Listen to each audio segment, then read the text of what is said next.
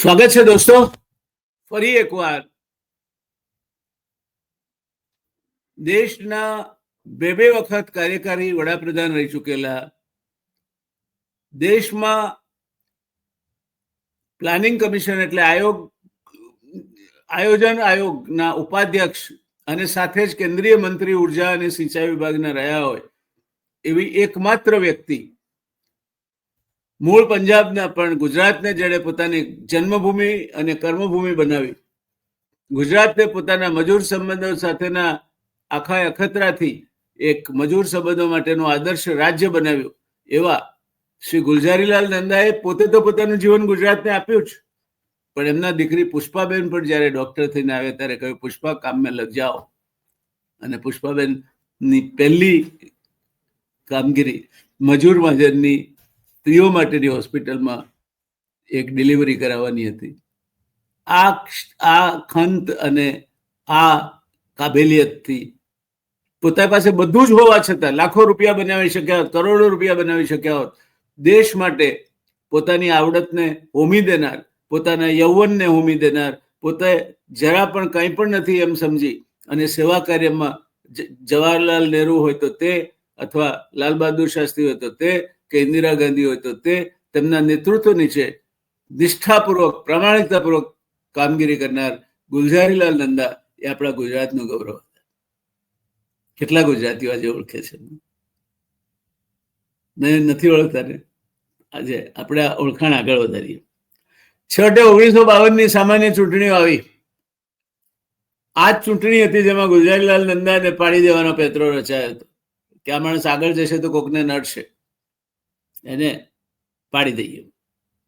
પણ એમ કઈ થોડા પાડી દેવાય છે. સામે પણ ટક્કર થી બડી જોર કી દુશ્મન ભી થા દાના, પર તું હી તો નંદા થા બડા ઉસ્તાદ પુરાના.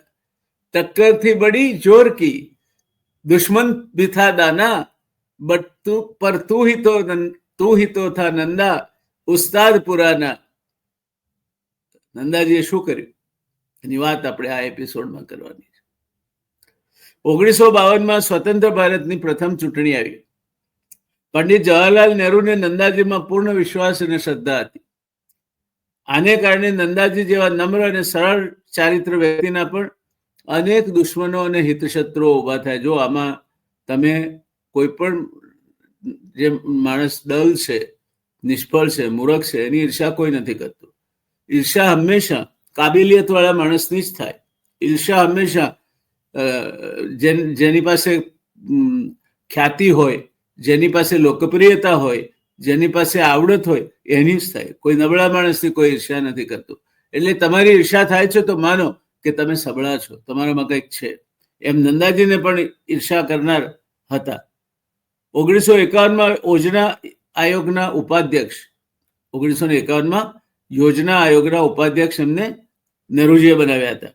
અને ત્યારબાદ કેન્દ્રમાં સિંચાઈ અને ઉર્જા ખાતું મંત્રી તરીકે પણ એમને ખૂબ જ અગત્યના ખાતાના પ્રધાન બનાવ્યા. એ જવાહરલાલ નહેરુ એમનામાં કેટલો વિશ્વાસ હતો એનું દર્શન કરાવે છે. લોકસભાની ચૂંટણીમાં નંદાજીને ટિકિટ ફાળવવી પડે એટલું તો ગુજરાતના નેતાઓ સમજતા હતા કે કેન્દ્રમાં મંત્રી છે, પ્લાનિંગ કમિશનના ઉપાધ્યક્ષ છે, એની ટિકિટ તો ના કપાય, ટિકિટ તો ફાળવવી પડે. એટલે એમણે એવી રાજરમત રમી કે સાપ મરે પણ લાઠી ભાગે નહીં. એમણે નંદાજી માટે સાબરકાંઠાની બેઠક પાડી. હવે નંદાજીને સાબરકાંઠા સાથે શું લાગે? મજૂર વિસ્તાર જેમાં આવતો હતો, એ જેમાં મજૂર મહાજનનું જોર હતું, એવી અમદાવાદની બેઠક એમને ફાળવી હોત તો નંદાજી પ્રચાર કર્યા વગર ચૂંટાઈ આવત. એના બદલે નંદાજીને સાબરકાંઠાની બેઠક ફાળવી. જો આવું થાય રાજકારણ. પણ નંદાજી હતા. એ ચૂપચાપ શિસ્તબદ્ધ સૈનિકની માફક એમણે સ્વીકારી લીધું. એક તો ગુજરાતી નહોતા, પોતાની મત વિસ્તારની પ્રજા સાથે જાજો સંપર્ક પણ નહોતો, અને લાંબો ચોડો ફેલાયેલો ગ્રામ્ય વિસ્તાર હતો. આમ સાબરકાંઠામાંથી ચૂંટણી લડવી એ નંદાજી માટે સામા પ્રવાહે તરવાનું કામ હતું. બહાવ કે સાથ તો લાશે ભી બહ જતી હૈ. નદીનો પ્રવાહ જતો હોય ને એની સાથે તો લાશ પણ તણાઈને જાય. પણ સામા પ્રવાહે તરવું હોય ને તો મતદાનગી જોઈએ. અને નંદાજીના ભાગ આવ્યો સામા પ્રવાહે તરવાનું, કારણ કે નંદાજી એક મર્દ માણસ હતા. નંદાજી આ પડકાર ઝીલી લીધો. તેમની સામે ઈડરના રાજા હિંમતસિંહ ઉભા રહ્યા. એ વખતે રાજા રજવાડીની લોકપ્રિયતા પણ સારી, સંસાધનો પણ સારા અને ધાક પણ ખરી. તેમની સામે ઈડરના રાજા હિંમતસિંહ નંદાજી સામે ચૂંટણીમાં ઉભા રહ્યા. નંદાજીના ચૂંટણી સંચાલક અર્જુનલાલ હતા. ચૂંટણી પ્રચારમાં તેમના પુત્રી પુષ્પાબેન પણ સાથે રહેતા. પુષ્પાબેન સાથે કાર્યકર હેમલતાબેન પ્રચાર માટે લાઉડસ્પીકર અને એક જીપ આપવામાં આવી હતી. કેટલો પ્રચાર માટે? એક જીપ અને પેલું ખભે ભરાવાય એવું એક લાઉડસ્પીકર. એમની દીકરી અને હેમલતાબેન, આ એમની પ્રચારની ટોળી. ગામડાના રસ્તાઓ અત્યંત ખરાબ અને દુર્ગમ હતા. જીપ હોવા છતાં આ રસ્તે મુસાફરી કરવી સરળ નહોતી. પુષ્પાબેનની પદ્ધતિ મુજબ ચૂંટણી પ્રચારમાં તેઓ ગામના ચોરા પર પોતાના સાથી કાર્યકરો સાથે બેઠક જમાવતા, ભજન કીર્તન થતા. ગામ લોકો એકઠા થાય અને સરળ ભાષામાં સમજાવે કે લોકસભાના કોંગ્રેસના ઉમેદવાર નંદાજી ગાંધી બાપુની વિચારસરણીને વરેલા છે, સાદગીમાં માને છે, અર્થશાસ્ત્ર નિષ્ણાત છે, એમની પાસે ચૂંટણીમાં ખર્ચવા માટે અધધ પૈસા નથી, કોઈ સત્તા નથી, બહેનો પોતાની વાત આગળ ચલાવતી. સામા પક્ષે ઈડરના મહારાજ તેઓ પૈસાપાત્ર હતા. સામ દામ દંડ અને ભેદ બધી જ નીતિ અપનાવશે, તમને ખરીદવા લાલચ પણ આપશે અને ધાક ધમકી પણ આપશે, પણ તમે એમાં ભોળવાશો કે ડરશો નહીં, એવું પ્રચારમાં બહેનો કહેતી. જુઓ, આને યુએસપી કહેવાય માર્કેટિંગની ભાષા. નંદાજીનો યુએસપી શું હતો? એ ગાંધી વિચારમાં માનતા હતા. પહેલો યુએસપી, અને ગાંધીજી અત્યંત લોકપ્રિય હતા. બીજો યુએસપી શું હતો? અર્થશાસ્ત્રી હતા, ભણેલ ગણેલ માણસ હતા. ત્રીજો યુએસપી શું હતો? એમણે યોજના આયોગના ઉપાધ્યક્ષ તરીકે અને કેન્દ્રીય મંત્રી તરીકે કામ કર્યું હતું. ચોથું, મજૂરોના નેતા હતા, સમાજવાદી વિચારસરણી ધરાવતા હતા, સામાન્ય માણસ હતા, અધધ પૈસો નહોતો, શામ દામ દંડની ભેદની નીતિ નહોતી. એક તમારા ભાઈ તરીકે તમારી સાથે ચૂંટણી લડવા માટે આવ્યા. ફરી ક્યારેક હિન્દુ ચાચાની વાત કરીશું ત્યારે આ દાખલો બીજી રીતે પણ આપણે આપીશું. પણ નંદાજીને આ રીતે નંદાજીનું માર્કેટિંગ એમના દીકરી અને હેમલતાબેને બહુ સફળતાપૂર્વક કર્યું. સાબરકાંઠા વિસ્તાર વિકાસની દ્રષ્ટિએ ખૂબ જ પછાત હતો. જે વ્યક્તિ આ વિકાસના પ્રશ્નો આ વિસ્તારના સમજી શકે નહીં, અહીં રોજગારીની તકો વધુને વધુ કેમ ઊભી થાય માટે મહેનત કરી પ્રજાને સમર્પિત થઈને કામે લાગે એવો ઉમેદવાર આ વિસ્તારમાંથી ચૂંટાય તો તમારું બધાનું ભલું થશે, એ વાત આ બે બહેનો સરળતાપૂર્વક લોકોને કહેતી અને શિરાની માફક એમના ગળે ઉતરી જતી. ચૂંટણી પ્રચાર આ રીતે શરૂ થયો. જેમ જેમ દિવસો વીતતા ગયા તેમ તેમ ચૂંટણી પ્રચારમાં ગરમી આવવા લાગી. એને અવરોધવા માટે શ્રેણીબદ્ધ પ્રયાસો થવા માંડ્યા. બધું થાય ચૂંટણીમાં, સામ દામ દંડ ભેદ, મારામારી, પથ્થરમારો, પોસ્ટરો ફાડી નાખવા, સભાઓ વિખેરી નાખવી, અપપ્રચાર કરવો, આ બધી જ અત્યારે જે પ્રવૃત્તિ ચાલે છે એ શરૂઆતથી આપણા ત્યાં અસ્તિત્વમાં હતી, એનો આ દાખલો છે. પણ પુષ્પાબેન અને તેમના સાથી કાર્યકરો હિંમતબાર અને નિડર હતા. નંદાજીની દીકરી હતી એટલે કોઈની બીક નહોતી લાગતી. પંજાબી લોહી હતું અને ગુજરાતન થઈ ગઈ હતી, કોઈની બીક નહોતી લાગતી. તેમણે આ બધાનો મક્કમતાપૂર્વક સામનો કર્યો. નંદાજી માટે આ ચૂંટણી પ્રચાર થકવી દેનારો નીવડ્યો. એક વખત તો મૂર્છિત પણ થઈ ગયા. પ્રચાર માટે સાધન સામગ્રી પણ અપૂરતી હતી. આમ છતાં પોતાના હિતશત્રુઓ અને વિરોધીઓ બંનેની ગણતરીઓ ઊંધી વાળીને 1962ની સાલમાં થયેલ લોકસભા માટેની દેશની આ પ્રથમ ચૂંટણીમાં ગુલઝારીલાલ નંદાનો વિજય થયો. સાબરકાંઠાના પ્રથમ સાંસદ બન્યા ગુલઝારીલાલ નંદા. દેશની પ્રથમ લોકસભાની ચૂંટણી 1952માં થઈ અને એમાં પ્રથમ સાંસદ સાબરકાંઠા તરીકે ગુજરાતમાંથી ચૂંટાનાર મહાનુભાવ હતા શ્રીમાન ગુલઝારીલાલ નંદા. નંદાએ ચૂંટાયા બાદ ઉર્જા અને સિંચાઈ વિભાગના મંત્રી તરીકે સિંધુના પાણીની વહેંચણી અંગેના પાકિસ્તાન સાથેના વિવાદને અત્યંત સરળતાથી મુત્સદીગીરીપૂર્વક એના અંજામ સુધી પહોંચાડવામાં સફળ થયા. અત્યંત ગંભીર વાતને પણ હળવાશથી લઈ ક્યારેક મજાક કરી લેવાનો નંદાજીનો સ્વભાવ હતો. આ ખાસ ધ્યાનમાં રાખવા જેવું છે દોસ્તો. તણાવ તો આવવાનો, જાહેર જીવનમાં હો તમે એટલે તણાવપૂર્ણ પરિસ્થિતિ આવવાની, ક્યારેક તમને ન ગમે તેવી પરિસ્થિતિ પણ આવવાની. મજાક કરી લેવી, હળવા થઈ જવું. એ બોજો તમારા પર ઉચકીને ફરશો તો તમને બ્લડ પ્રેશર થશે, હૃદય રોગ આવશે, ઊંઘ નહીં આવે, એસિડિટી થશે. આવું શેના માટે કરવાનું? આપણે લોકસેવા કરવા નીકળ્યા છીએ, તો હળવા રહો, મજાક મસ્તી કરતા રહો, કામ કરતા રહો, કામના સમયે કામ, પણ બાકી બધા આપણા જેવા જ, કોઈની સાથે ભેદભાવ નહીં રાખો, મિત્રતા બધા સાથે, પણ એક હાથનું અંતર રાખીને ચાલો.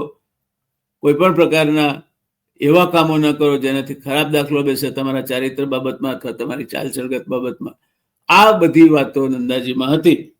શ્રી બીકે નહેરુ અમેરિકામાં આર્થિક બાબતોના કમિશનર હતા. આપણા બીકે નહેરુ ICSમાં હતા, ઇન્ડિયન સિવિલ સર્વિસીસ કહેવાતી. અત્યારે IS જે છે એનું એ જમાનાનું બહુ મોટું ઇલકાબ હતો. ICS એટલે બ્રિટિશ સામ્રાજ્યના હાકેમ ગણાય. એ વખતે આર્થિક બાબતોના કમિશનર હતા. ત્રીજી પંચવર્ષીય યોજનાનો અમલ કરવાનો હતો. ભારતના આર્થિક વિકાસ માટે નાણાંની જરૂર પડે, અમેરિકા આ બાબતમાં સહાય કરી શકે તેમ હતું. તેમણે નહેરુની અમેરિકા ફોન કરીને પૂછ્યું, આવતા વર્ષની યોજનાનો અમલ કરવાનો છે, આપણે અમેરિકા પાસેથી આ યોજના માટે કેટલી રકમની આશા રાખી શકીએ? નહેરુએ કહ્યું, પ્રમુખ પદની ચૂંટણીમાં જોન કેનેડી વિજયી થાય તો આપણને સારી મદદ મળવાની આશા છે. નંદાજીએ ફોનમાં હસતા હસતા કહ્યું, બરાબર છે, આપણે અત્યારે આ યોજના મોકૂફ રાખી. નહેરુને જવાબ આપે, નહેરુ કહે છે જોન કેનેડી વિજયી થાય તો આપણને સારી એવી રકમ છે. નંદાજી હસતા હસતા જવાહરલાલ નહેરુને કેવો ચૂંટલો ખણે છે. બરાબર છે, આપણે એક કામ કરીએ, અત્યારે પંચવર્ષીય યોજના મોકૂફ રાખીએ, ઈશ્વરને પ્રાર્થના કરીએ કે કેનેડી વિજયી બને. ક્યારેક તેઓ હળવી મજાક પણ કરતા. ભારત રત્ન ગુલઝારીલાલ નંદા કનુભાઈ રાવળના પુસ્તકના પાન નંબર 50 પર આ પ્રસંગનો ઉલ્લેખ છે. ક્યારેક સ્પષ્ટ બનીને કડકાઈપૂર્વક વાત કરવાની હોય ત્યારે નંદાજી એક અલગ સ્વરૂપમાં જોવા મળતા. એટલે દરેક વખતે પછી મજાક મસ્તી જ ના હોય, ક્યારેક કડક પણ બનવું પડે. તો શ્રમ મંત્રી તરીકે તેમના અંગત મદદની સક્સેના હતા.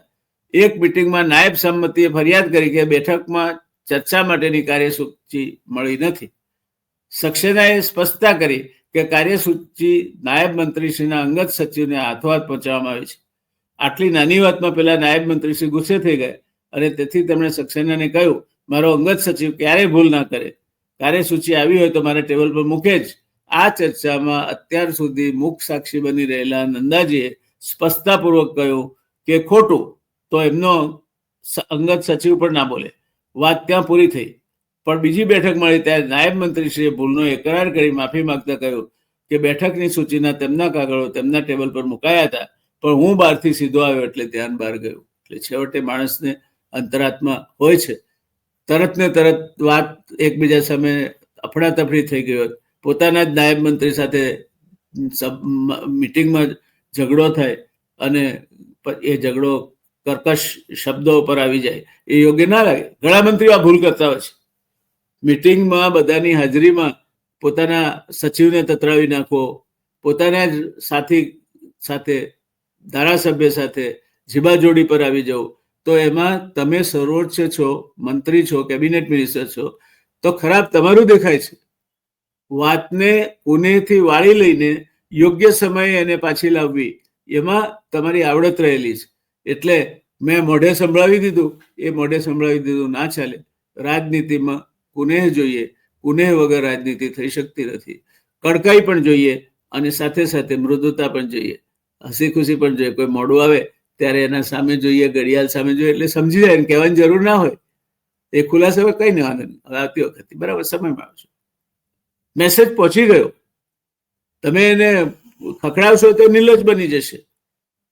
એણે સામેથી કહ્યું કે મારી ભૂલ છે, હું મોડો પડ્યો, આઈ એમ સોરી.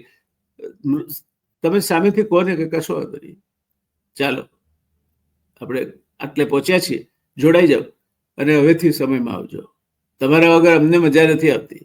કેવું સરસ લાગે નહીં? વાત તો એકની એક જ છે ને. એને મેસેજ પહોંચી ગયો, બધા વચ્ચે એને ખસિયાળો પડી ગયો, તમારો હાથ ઉપર રહ્યો અને છતાં તમારે કેવું હતું તે કહી દીધું ને કામ થઈ ગયું. તો રાડારાડી શેના માટે કરવાની? જો વ્યક્તિ ગોળથી મરતો હોય તો એને ઝેર આપવાની કોઈ જરૂરત ખરી? પણ આપણે ઝેર આપવામાં નિષ્ણાત છીએ. કોઈ પણ જગ્યાએ તમે ઉચ્ચ સ્થાને બેઠા છો તો એ તમારો રૂઆબ બતાવવાની જગ્યા નથી. તમે બેઠા છો એ જ સાબિતી છે કે તમે સત્તા પર છો, તમે સત્તા ભોગવો છો. પછી ઉછાળછળાપણું દાખવીને, ગુસ્સો દાખવીને હું કોણ છું એ પુરવાર કરવા મથનાર માણસ હંમેશા નાનો લાગે છે. આવું કોઈ દિવસ નહીં કરવું. વાત ગળી જતા શીખો, યોગ્ય સમયે યોગ્ય રીતે કહેતા શીખો. જેમ તમારે સન્માન છે એમ સામી વ્યક્તિનું સન્માન જાળવતા શીખો. એને જાહેરમાં અપમાનિત ન થવું પડે, કારણ કે તમારી ટીમનો સભ્ય છે અને એનું કામ તમારા પોતાની સફળતા માટે પણ એટલું જ અગત્યનું છે. એ વાત ધ્યાનમાં રાખો. નંદાજીમાં આ ગુણ હતો. એટલે તમે કોઈ પણ ક્ષેત્રે નેતૃત્વ કરતા હો, પછી સમાજમાં હો, રાજનીતિમાં હો, વહીવટી તંત્રમાં હો, તો તમે સત્તાના સ્થાને બેઠા છો એટલે તમને ગમે તેમ બોલવાનો, ગુસ્સો કરવાનો, ગમે તેવા શબ્દો વાપરવાનો, બેફામ વાણીવિલાસ કરવાનો કોઈ અધિકાર નથી મળી જતો. મુદ્દાસર બોલો, સ્પષ્ટતાપૂર્વક બોલો, શાંતિથી વાત કરો. કોઈની સાથે સંમત ન થતા હો તો નહીં સંમત થવાની પણ રીત છે. તમારી વાત તદ્દન જૂઠી છે એમ પણ કહી શકાય, અને તમારી વાતોને હકીકતોનું સમર્થન પ્રાપ્ત નથી એમ પણ કહી શકાય. તો તમે એ કહેશો તો વધારે સારા લાગશો. એ કહેવાની તૈયારી તમે રાખો. એટલે ભાષા એ તમારું સામર્થ્ય દેખાડવા માટેનું હથિયાર નથી, એ વાહન છે. કનૈયાલાલ મુનશી બહુ સિદ્ધહસ્ત લેખક, બહુ વિદ્વાન. પાટણની પ્રભુતા નામના એમના પુસ્તકમાં એક કાક અને કીર્તિદેવ અને મુંજાલ વચ્ચેનો ડાયલોગ છે, વાંચી જોજો. અવંતી એટલે માળવાનો, કીર્તિદેવ મહાઅમાત્ય એટલે પ્રધાનમંત્રી હોય છે, અને મુંજાલ એ પાટણનો મહાઅમાત્ય એટલે પ્રધાનમંત્રી હોય છે. જાસૂસો સમાચાર લાવે છે કે ગઝની ચડી આવવાનો છે સોમનાથ પર, અને પાટણ અને અવંતી ભેગા થઈને નહીં લડે તો એને રોકી શકાશે નહીં. ત્યારે કીર્તિદેવ યુવાન છે, એ સંધિનું કેળ લઈને આવે છે, પણ મુંજાલ ખડ્ડુસ છે, એ ગમે તેમ કરીને વાતને તોડી પાડે છે. એટલે કીર્તિદેવનું લોહી ઉકળી ઉઠે છે. એ ગુસ્સે થઈ જાય છે અને મુંજાલને પૂછે છે કે તમને ખબર છે આજે તમે કરી રહ્યા છો એના કારણે એક દિવસ ગુજરાતના યુવક યુવતીઓ ગઝનીના બજારમાં વેચાતા હશે? મુંજાલ જવાબ આપે છે કે તમે જો દૂત ના હોત તો તમારા આ ઉચ્ચારણો બદલ હું તમને કેદમાં નાખી શક્યો તો તમને ખ્યાલ છે? કીર્તિદેવ પૂછે તમે મને ધમકી આપો છો? ત્યારે મુંજાલ જે કહે છે દોસ્તો, એ હંમેશા યાદ રાખો. મુંજાલ કહે છે કે ધમકી તો એ આપે છે જેની પાસે શક્તિ અને સામર્થ્ય નથી. મારી પાસે તો બેઉ છે. જેની પાસે શક્તિ છે અને સામર્થ્ય છે, જે પ્રધાન છે, અધિકારી છે, નાતનો વડો છે, ગામનો વડો છે, જિલ્લા પંચાયતનો વડો છે, એ ધમકી ના આપે. એની પાસે સત્તા છે, એને જે કરવું હોય તે કરવાની. એને જાહેરાત કરવાની નથી હોતી. એના શબ્દોમાં એને ઉકળાટ દર્શાવવાની કોઈ જરૂર નથી હોતી. મેં તો બધાને દેખતા પેલાને તતરાવી નાખ્યો. એનાથી તમારી છાપ ખરાબ ઊભી થશે. ગજવેલની તલવાર જેવા ઠંડી તાકાત રાખો, બોલો ઓછું, પણ તમારી નજર જ એવી વેધક હોવી જોઈએ કે એ સામા માણસને આર પાર ઉતરી જાય. એટલે નંદાજી આ પ્રકૃતિના માણસ હતા. પણ બધા મંત્રીઓ આવા હતા એ જમાનામાં? ના. મંત્રીઓના પોત એ જમાનામાં પણ પાતળા હતા. એનું એક સ્પષ્ટ કંઈક અંશે રમૂજપ્રયોગ ઉદાહરણ આપતા પોતાના પુસ્તકના પાના નંબર 51 પર કનુભાઈ રાવળ લખે છે કે ભારતીય શ્રમ પરિષદની બેઠક માટેની કાર્યસૂચિની ચર્ચા થઈ રહી હતી. ભારતીય શ્રમ પરિષદની બેઠક, નંદાજી મજૂર મંત્રી હતા, શ્રમ મંત્રી હતા. આ કાર્ય સુધીમાં બધાને ચા આપવી એવી ક્ષુલ્લક બાબતની નોંધની ફાઇલ અંગત સચિવે નંદાજી સમક્ષ મૂકી. સિનિયર અધિકારીઓને લાગ્યું કે આવી નાની બાબતમાં પણ મંત્રી સામે રજૂઆત. ચા આપી મીટિંગમાં એ કેબિનેટ મંત્રી નક્કી કરે. આપણા મંત્રીઓ નક્કી કરે છે બધું. પટાવાળાની બદલી કરવાનું નક્કી કરે, નર્સની બદલી કરવાનું નક્કી કરે, કોઈ ક્લાર્કની બદલી કરવાનું મંત્રીઓ આ કરે છે. મંત્રીનું કામ નથી. મંત્રીએ નહીં કરવું જોઈએ. હું જ્યારે આરોગ્ય વિભાગનો કેબિનેટ મિનિસ્ટર હતો ત્યારે ક્લાસ 1 સિનિયર સિવાયની કોઈ પણ પોઝિશનની બદલીની ફાઇલ મારા પાસે નહોતી આવતી. શેના માટે તમારો સમય બગાડવાનો છે? અને એમાં પણ નર્સ છે, ફાર્માસિસ્ટ છે કે કમ્પાઉન્ડર છે, એની બદલી શું કરવાની? સિવાય કે તમારે શિસ્તના કારણોસર કરવી પડે. એ અહીં પણ એ કામ કરે છે, બીજે પણ એ કામ કરવા છે. કંઈ સ્પેશિયાલિસ્ટ નથી. શું કરવા બદલી કરવાની? એટલે આવા મીટિંગ ચાલે છે, શ્રમ મંત્રી અને અધ્યક્ષ બેઠા છે અને અંગત સચિવ આવી ફાઇલ મૂકે કે બધાને ચા આપીએ મીટિંગ દરમિયાન. અધિકારીઓમાં સામાન્ય રીતે આ કચવાટ થાય. બાજુમાં જ નાયબ શ્રમ મંત્રી શ્રી પણ બેઠા હતા. તેમણે ખેદપૂર્વક જણાવ્યું કે આ ફાઇલ તેમની પાસે પડતર હતી, પણ મંત્રીશ્રીનો આદેશ ન મળે ત્યાં સુધી આગળ કાર્યવાહી થઈ શકે નહીં. ચા આપવાની ફાઇલ નાયબ શ્રમ મંત્રી છે કેન્દ્રના, એમની પાસે પડતર હતી અને મંત્રીશ્રી કેબિનેટ એટલે ધંધાજી આદેશ ના આપે ત્યાં સુધી ચા આપી કે નહીં નક્કી થઈ શકે. દરમિયાન મિટિંગ તો ચાલુ થઈ ગઈ. તેથી તેમણે વિચારેલું કે ફાઇલ બેઠક સમયે ચર્ચો કરશે અને મંત્રીશ્રીનો આદેશ મેળવી લેશે. આ વાત સાંભળી નંદાજી, હવે જુઓ નંદાજીનો મિજાજ જુઓ, નંદાજીએ ખૂબ જ ઠંડકથી એમને સલાહ આપી ફાઇલનો નિકાલ આપે કરવો જોઈએ. તમે પણ મંત્રી છો. તેમણે અત્યંત ગંભીરતાપૂર્વક અંગત સચિવ તરફ જોઈને જણાવ્યું કે તેમણે મારા ઉપર દોષારોપણ ન કરવું જોઈએ. તેમને ખબર છે ચા પાર્ટીનું રાજકારણ શું સમજતો નથી. શું સમજો તમે તમારા મનમાં? અને બસ એ છેલ્લો પ્રસંગ હતો. ત્યાર પછી આવી વાહિયાત ફાઇલો નંદાજી સામે ક્યારેય નહોતી આવતી. આ દોસ્તો સમજવાની વસ્તુ છે. ઘરમાં પણ આપણે નહીં ધ્યાન આપવાની બાબતો એ ધ્યાન આપતા હોઈએ. ભીંડા આજ જરા બરાબર લાગતા નથી, અરે તાર પત્ની ખરીદી લાવીશ, તમે કેમ ભૂલી જાવ છો? રોજ ખરીદ લાવે, શાક બરાબર હોય. આજે ભીંડા બરાબર નથી, આજે તમે નવરાશ એટલે ભીંડાની ટોચ ભાગવા બેઠા છો. અને કેવું હોય તો જરા જુદી રીતે કહો ને કે આ ભીંડા હવે મારી જેમ ગરડા થવા માંડ્યા છે, કહી શકાય. હળવાશ ભર્યા વાતાવરણમાં રમૂજ થઈ જાય અને વાતની વાત કહેવાય પણ જાય. પહેલી વાત એ છે તમારે શું કામ કરવું ને શું નહીં કરવું તે નક્કી કરી લો. તમે જોશો કે 80% કામ એવા હોય છે જેમાં તમારે માથું મારવાની જરૂર હોતી નથી અને 20% કામ એવા હોય છે જે તમારો 80% ટાઈમ લે તો વ્યાજબી છે. પણ તમે પેલા 80% નકામા કામોમાં 100% સમય બગાડો છો અને 20% અગત્યના કામો તમારા રહી જાય છે. તો નંદાજીની માફક નિર્ક્ષીર વિવેક કરતા શીખો. તો પેલો સંસ્કૃત શ્લોક છે ને, હંસ શ્વેત બક શ્વેત, હંસ સફેદ છે, બગલો પણ સફેદ છે. કો ભેદ બક હંસ્યો, તો બગલા ને હંસમાં પછી ભેદભાવ શું? નિર્ક્ષીર વિવેક હેતુ હંસો હંસ બકો બક. નીર અને ક્ષીર, હંસ છે ને એ પાણી દૂધમાંથી છૂટું પાડી શકે. એ નીર ક્ષીરનો વિવેક કરવાનો હોય ત્યારે હંસ છે કે બગલો છે તે ખ્યાલ આવી જાય છે. તમે હંસવૃત્તિ રાખો, નિર્ક્ષીરનો વિવેક કરતા શીખો. નીચેના માણસોને રાજી રાખો, પણ તમારી કડપ તો રાખો જ. તમે રાજી રાખો છો, મિત્રાચારીના સંબંધ રાખો છો એનો અર્થ એ નહીં કે તમારી સાથે ગમે તે છૂટછાટ લઈ શકે. પણ દોસ્તો, આ એપિસોડ પૂરો કરતા પહેલા નંદાજીના જીવન ઉપરથી આપણે આ પંક્તિઓ યાદ રાખીએ. પંક્તિઓ એવું કહે છે કે पानी जब दूध में मिल जाता है, સાંભળજો ધ્યાનથી, પાણી जब दूध में मिल जाता है, पानी भी दूध ही कहलाता है. પાણી જ્યારે દૂધમાં ભળી જાય ત્યારે પાણી દૂધ જ કહેવાય. એ જુદું નથી કહેતું. આપણે દુકાનવાળા નથી કહેતા કે 400 दूध અને 100 પાણી આપો. पानी जब दूध में मिल जाता है, पानी भी दूध ही कहलाता है. सिर्फ इतना ही नहीं, दूध पानी को अपने भाव बिकाता है. એટલું જ નહીં, દૂધ પાણીને પોતાના ભાવે વેચે છે. પાણી ભળેલું દૂધ પણ દૂધના ભાવે જ પાણી વેચે. મગર શું થાય? પાણી તો નકામું છે ને દૂધની સરખામણીમાં. मगर दूध जब आग पे चढ़ जाता है, जયારે कसौटीની ક્ષણ આવે, तब पानी ही जल जाता है, दूध ही रह जाता है. जયારે कसौटीની ક્ષણ આવે ત્યારે પાણી પહેલું વરાળ થઈને ઉડી જાય છે, દૂધને બચાવી લે છે.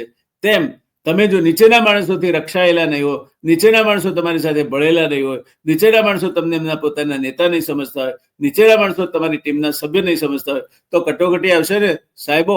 યાદ રાખજો, કોઈ તમારી આજુબાજુ નહીં ઉભો હોય. એટલે સાથે બધાને રાખો. કોઈ પણ નિર્ણય લો, નિર્ણયની પ્રક્રિયામાં દરેકને એવું લાગવું જોઈએ કે આપણો નિર્ણય છે અને સૌને સાથે લઈને ચાલશો તો સરવાળે આગળ વધશો. અને એટલે જ અંગ્રેજીમાં એક કહેવત છે કે if you want to travel fast, go alone. તમારે ઝડપથી ચાલવું હોય તો એકલા ચાલો, પણ if you want to travel far, પણ ખૂબ દૂર પહોંચવું હોય તો મૂવ વિથ ધ પીપલ. તો બધાને સાથે લઈને ચાલો. બધાને સાથે લઈને ચાલવાની નંદાજીની આ વાત આજે આ એપિસોડ પૂરો કરતા પહેલા આપણે ગાંઠે બાંધીએ. ખૂબ ખૂબ આભાર સાથે જોડાવા બદલ. અને કેટલાને જોડ્યા તમે?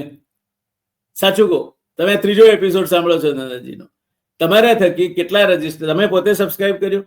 તમારા ઘરમાં જે લોકોની પાસે સ્માર્ટફોન છે એમણે સબસ્ક્રાઇબ કરાવ્યું, તમારા મિત્રોએ સબસ્ક્રાઇબ કર્યું, તમે કેટલાને સબસ્ક્રાઇબ કર્યું? એક આપણે ગાંધીજીએ આ દેશને આઝાદ કરવાની એક ચળવળ ચલાવી હતી.